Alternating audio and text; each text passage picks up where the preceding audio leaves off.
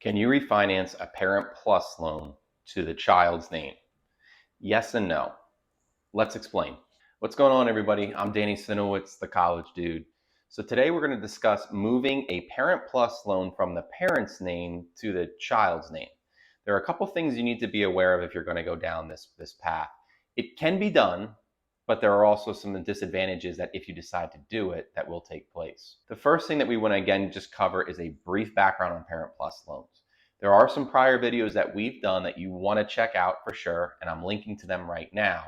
However, just for a quick background and for those that may not be familiar with it, Parent Plus loans are loans taken by the parent in the parent's name only for dependent undergrad students.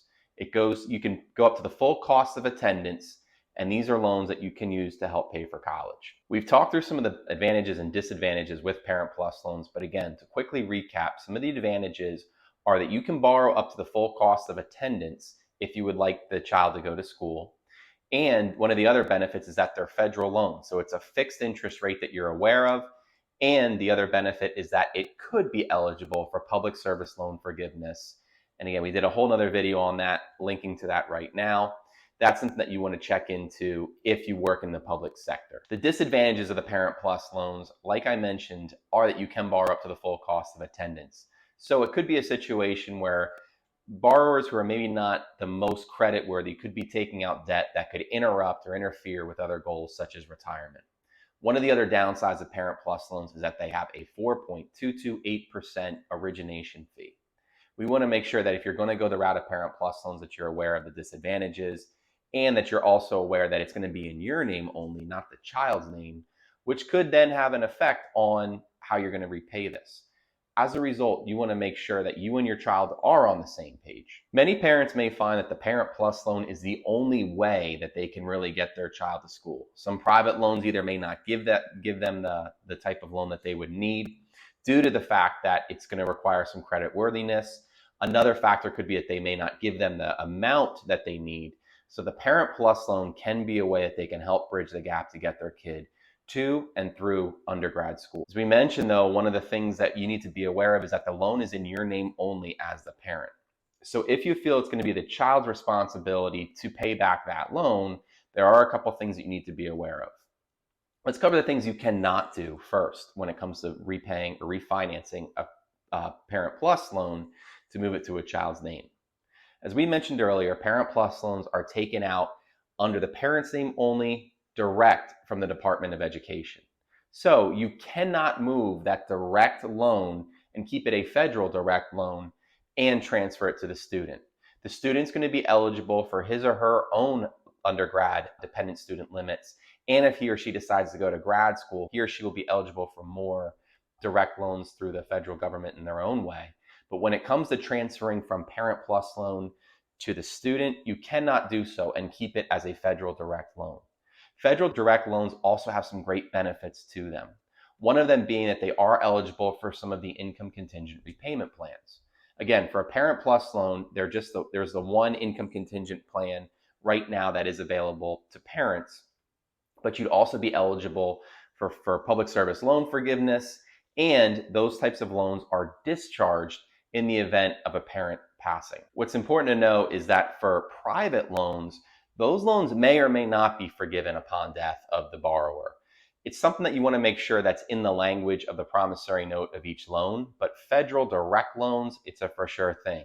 In private loans, it could vary from lender to lender. So it's worth researching into if you decide to go down that route. Again, you're giving up some of those protections that you'd be getting from the federal direct program because unfortunately, private loans are not going to be eligible for public service loan forgiveness. So it is something to consider.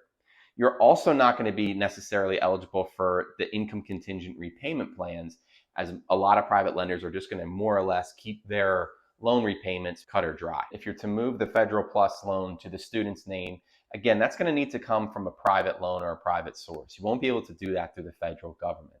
You're going to need to make sure that there is a bank that is willing to take on your child, the borrower, and give him or her a type of rate and qualify him or her for that loan. But these lenders are going to look into things such as credit worthiness. They're going to look into things such as debt to income ratio. They're going to want to see the credit history of the child.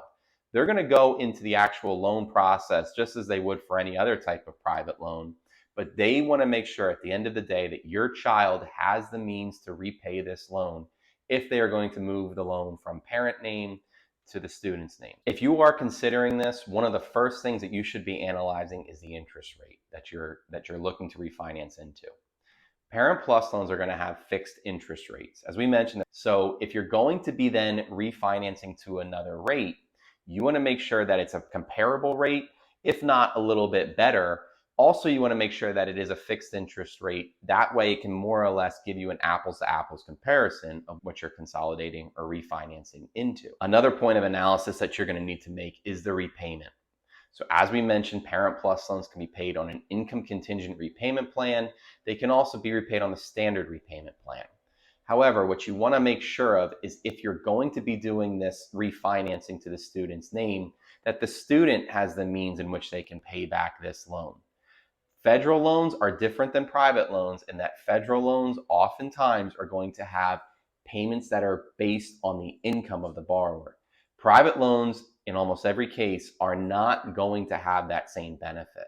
So if you're going to refinance to the child's name, you want to make sure that they have the means and the support in which they can repay this loan. As always, this information is meant to be educational in nature only and is not meant to be taken for specific advice.